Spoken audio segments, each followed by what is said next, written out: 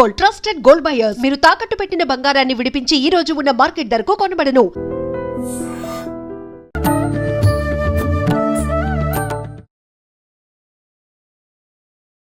నమస్కారం, welcome to I dream. ధర్మ మార్గం విత్ విజిత కార్యక్రమానికి స్వాగతం. ప్రస్తుతం మనతో పాటు ఉన్నారు దివ్య విశ్వశక్తి పరివార ప్రచారకులు స్వామి ఓం స్వరూప్ గారు. ఇప్పుడు వారితో మాట్లాడి మనకున్న సందేహాలన్నింటినీ కూడా నివృత్తి చేసుకునే ప్రయత్నం చేద్దాం. నమస్కారం అండి. దివ్య శక్తి స్వరూపులందరికీ నా దివ్య ఆశీస్సులు. సాధారణంగా ఈ మధ్య కాలంలో స్ట్రెస్ ఎక్కువైపోతుంది. ఎందుకు అంటే అతిగా ఆలోచిస్తున్నాము, అతిగా ఆలోచిస్తున్నాము, దీనివల్లే ఆరోగ్యం పాడైపోతుంది, అన్నీ తెలిసి ఎరుకతో ఉండి కూడా ఆలోచిస్తున్నాం. అంటే ఈ ఆలోచనని మనం ఎంత వదిలేద్దామన్నా వదిలేయలేకపోతున్నాము. అంటే మన కర్మకి దీనికి ఏమైనా సంబంధం ఉందా? ఈ ఆలోచనని ఎలా అదుపు చేసుకోగలము? చాలా విశేషమైనటువంటి ప్రశ్న ఇది. అందరికీ అవసరము, తెలుసుకోవాలి ప్రజలందరూ కూడాను. ఆలోచన అనేటువంటిది మానవ సృష్టి ఉన్నప్పటి నుంచి ఉంది.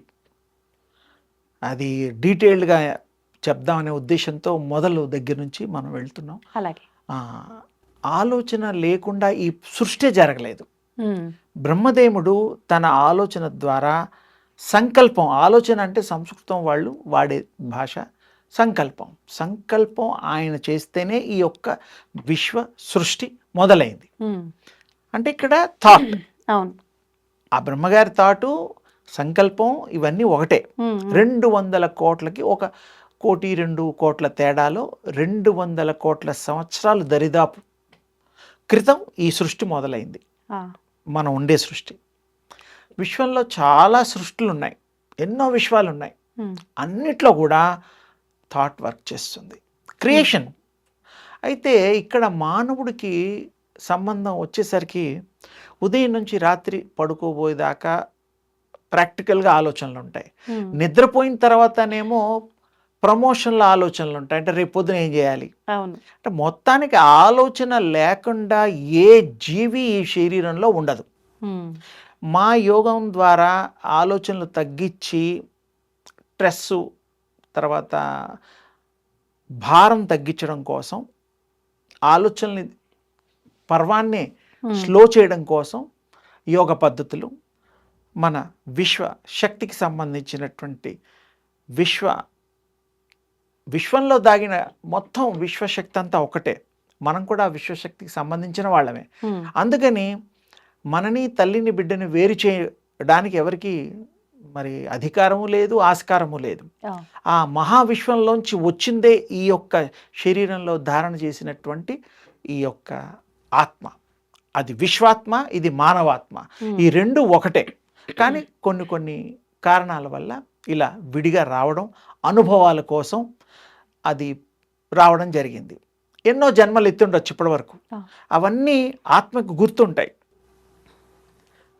వచ్చేటప్పుడు గుర్తుంటాయి, తల్లి గర్భంలో ఉండేప్పుడు గుర్తుంటాయి.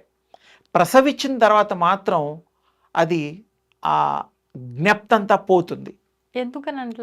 ఎందుకు పోతుందంటే ఈ మానవ దేహంలో ధరించినందుకు గర్భంలో ఉన్నప్పుడు కూడా సోల్కి ఆ పవర్స్ ఉంటాయి. ఈ భూకక్షలోకి వచ్చిన తర్వాత, భూ పతనం అయిన తర్వాత, భూమి మీద ఫస్ట్ బేబీ వచ్చిన తర్వాత పూర్వజన్మదంతా ఉంటుంది, కానీ గుర్తుకు రాదు. అది ఎక్కడ పోతుంది? అది ఆల్రెడీ రికార్డెడ్, అది లైవ్ రికార్డెడ్ అది.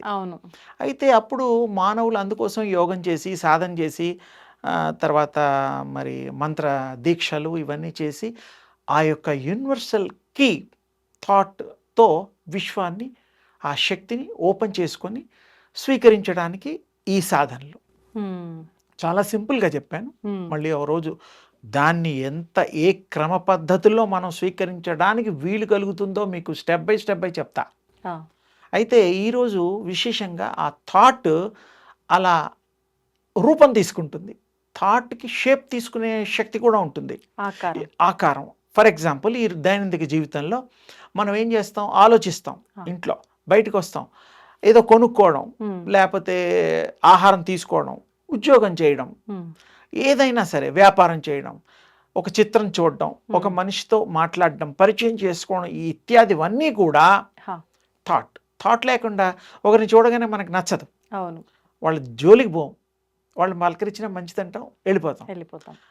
థాట్ విల్ డిసైడ్ మీకేం కావాలో, అంత శక్తి ఉంటుంది.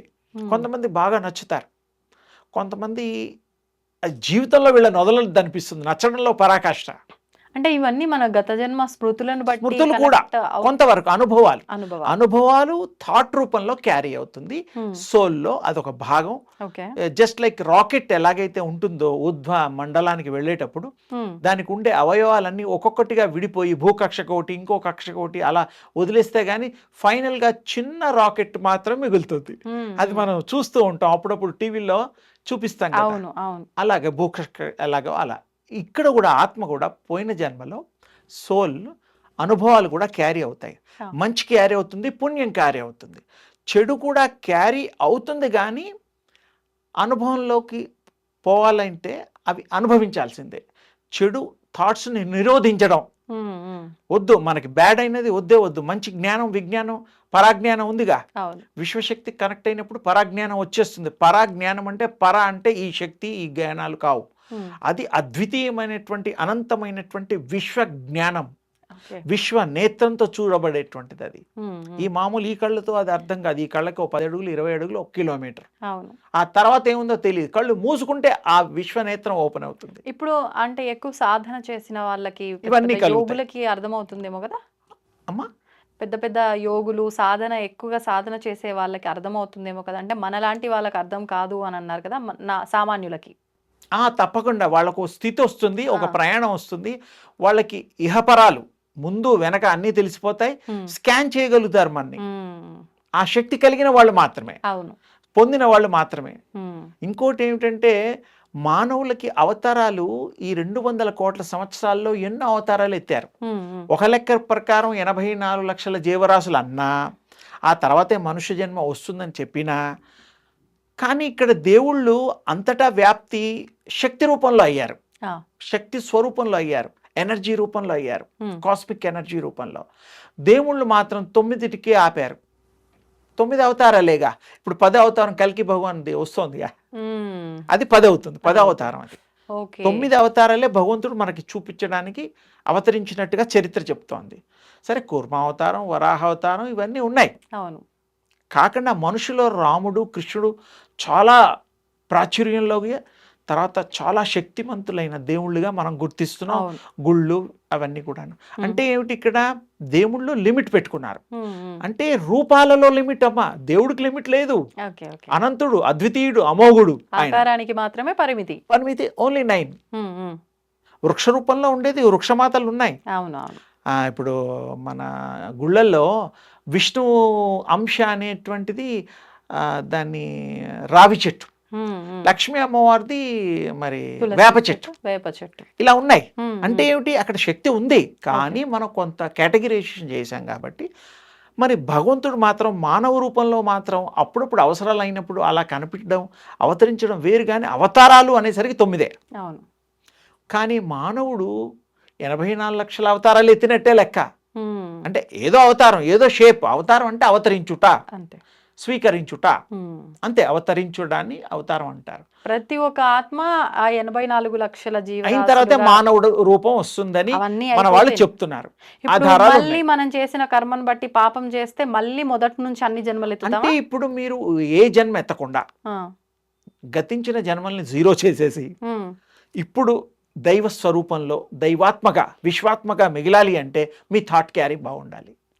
మంచి థాట్ ఏంటి, నేనే శక్తిని, శక్తి స్వరూపాన్ని నేనే, ఆ శక్తిని ఈ శక్తి అంతా ఒక్కటే, సర్వం ఏకమయం, సర్వాత్మనః ఏకాత్మనః అనే భావంతో, థాట్తో గనక వాడు ధ్యాన స్థితిలో కానీ అనుకోవడం కానీ, తన్ను తాను తెలుసుకోవడం కానీ ప్రయత్నం చేస్తే, ఎలాగైతే మనకి ఉదయం పూట సూర్యుడి యొక్క కరుణ పొందడం కోసం మనం ఏం చేసాం, సూర్యోపాసన చక్కగా దేవుళ్ళందరూ చేసినవే. నేను కొంచెం ఈ కాలానికి పనికొచ్చేటట్టుగా షార్ట్ కట్లో తొందరగా సిద్ధి పొందడానికి 20 సెకండ్స్ 10 సెకండ్స్ ఒకసారి చూస్తే చాలమ్మా. మీకు అది కంటిన్యూటీగా అనుకోవడం వల్ల ఆ శక్తి మీకు బాడీలోకి ఎంటర్ అవుతూ ఉంటుంది. తర్వాత శక్తి వంతులైపోతారు, శక్తి పుంజాలు మీరే అయిపోతారు. సర్వం మీ ఆర్డర్లోకి వచ్చేస్తుంది. ఎప్పుడు శక్తి సంపాదించిన తర్వాత మాత్రమే, బిఫోర్ దట్ ప్రయత్నం చేయాలి. అది కూడా మన ఆలోచన కరెక్ట్ గా ఉంటే ఆలోచన కరెక్ట్గా ఉన్నప్పుడు మీకు సరైన నిర్ణయం తీసుకొని కరెక్ట్గా పరీక్ష రాస్తే పాస్ అవుతాడు. సరైన నిర్ణయం తీసుకొని చక్కటి తల్లిని, పెళ్లి కూతుర్ని ఒప్పుకొని చేసుకుంటే చక్కటి అమ్మాయిని మెచ్చుకుంటే జీవితాంతం బాగుపడుతుంది. అంటే సింపుల్, అంటే థాట్ ఇక్కడ చాలా పెద్దవాళ్ళ థాట్స్ కూడా మంచి అమ్మాయిని చూడాలి, మంచి అబ్బాయిని చూడాలి అనేది మంచి థాట్. అది వాస్తవం మీరు చెప్పింది. మన ఆలోచన కనుక సరిగ్గా లేదు అంటే, మంచి సరైన selection. ఆలోచన లేకపోతే చాలా అనర్థాల సరైన నిర్ణయాధికారం మనకు వస్తుంది. ఇదంతా భగవంతుడి శక్తి ద్వారా ఇంకా చక్కటి నిర్ణయాధికారం.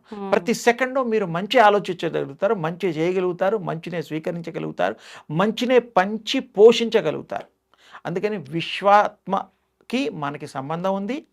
భగవతాత్మ అన్నా ఒకటే, ఆదిపరా శక్తి అన్నా ఒకటే, శక్తి అన్నా ఒకటే.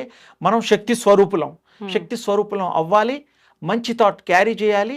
ప్రతి థాట్ ఒక రూపం ఇస్తుంది. అండర్లైన్ ఏ రూపం కావాలన్నా, ఇప్పుడు ఒక వస్తువు తయారు చేస్తాం, శిల్పి ఒక ఆకారాన్ని తయారు చేస్తాడు, థాటే.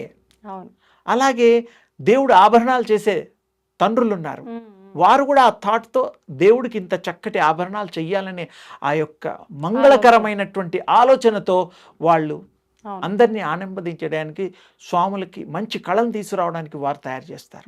అంటే థాట్, బిహైండ్ థాట్. అలాగే ప్రతిదీ కూడాను చేసే, ఇంజనీరింగ్ చదవాలన్నా, మంచి డ్యామ్ కట్టాలన్నా, టీం వర్క్ చేయాలన్నా, ఏ ఫీల్డ్లో అయినా థాట్ లేకుండా ఆ ఫీల్డ్ లేదు. యాక్టింగే కానీ, డాక్టరే కానీ, ఎనీథింగ్. దీనికి ఒకటంటూ కాదు, చెప్పడానికి అనేకం ఉన్నాయి. ఎవరి మటుకు వాళ్ళు మంచి థాట్ని క్యారీ చేయాలనేది ముఖ్య ఉద్దేశం. మంచి థాట్ క్యారీ చేస్తే మంచి రూపాలు ఆ థాట్ తీసుకొని మనకి మంచి చేసి సుఖమయ జీవితాన్ని అందిస్తుంది, ఆస్వాదించవచ్చు. అందరితో పాటు మనం కూడా సంతోషంగా, సౌభాగ్యంగా ఈ యొక్క సంఘానికి ఏం కావాలన్నా కూడా మనం మన వంతు చేయొచ్చు. ఇలాంటి చక్కటి విశేషమైన థాట్ గురించి మా విజయమ్మ తల్లి మంచి ప్రపోజ్, చక్కటి వేదిక. ఈరోజు థాట్ గురించి చాలామంది ఎన్నో రకాలుగా చెప్పుండొచ్చు, కానీ థాట్లో ఇన్ని రకాలుగా ఉంది. ఇంకోటి ఇలాగే ఇంకోసారి కూడా థాట్ 2 కంటిన్యూ చేద్దాం. అది ఇంకా డీటెయిల్స్ చెప్తాను పార్ట్ 2లో ఇలాగా. సో తప్పకుండా నేను దాంట్లో మళ్ళీ నువ్వే చెయ్యి, నీతోటే ఈ విషయాలన్నీ చెప్తాను. చాలా విశేషంగా చేద్దాం. నెక్స్ట్ థాట్ ఇంకా ఏమేం చేయగలుగుతుంది, ఎలా ప్రయాణిస్తుంది. ఇప్పటికే చెప్పాను 200 కోట్ల దరిదాపు నుంచి అని, చాలా డీటెయిల్స్ ఇచ్చాను. ఆ సంకల్పం, థాట్ ఒకటి, ఆలోచన ఒకటి, ఈ 3 ఒక లైన్లో గుర్తించండి. రూపాలు అవే తీసుకుంటుంది. అన్ని సరైన మార్గంలో పెట్టండి. అంతే. బ్రహ్మాండంగా మీరు అదృష్టవంతులంటే ఎవరో గారు మీరే. అంతే. ఇది చేసేవాళ్లే, చెయ్యని వాళ్ళు కూడా ప్రయత్నం చేసి ఈ అదృష్టాన్ని పొందండి. అంతే.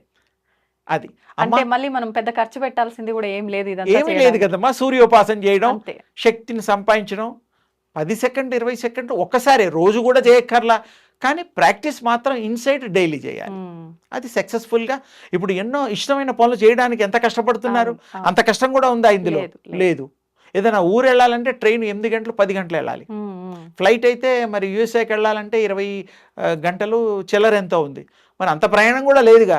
మీరు మనస్సుని కంట్రోల్లో పెట్టండి, మంచి థాట్తో మీకు మీరు ప్రజెంటేషన్ చేసుకోండి. అంతే. తప్పకుండా మీరు శక్తివంతులు అవుతారు, సాధిస్తారు, సాధనా శూరులు అవుతారు. ఇది మీ అందరికీ జయం కలగాలని, శుభం కలగాలని మనస్ఫూర్తిగా ఆ విశ్వశక్తి మీ యందు పారి ప్రవహించి పొంగి పొరలిపోవాలని. అబ్బా, ఇది బాగుంది. దివ్యాశిష్యులు తల్లి. సంతోషం అండి. చాలా మంచి విషయాలు, చక్కటి వివరణ ఇచ్చారు. ధన్యవాదాలు అమ్మా. తవ్వుతున్న శివలింగం సరే, దాన్ని అట్లా కప్పేసేయండి, చూపించదండి.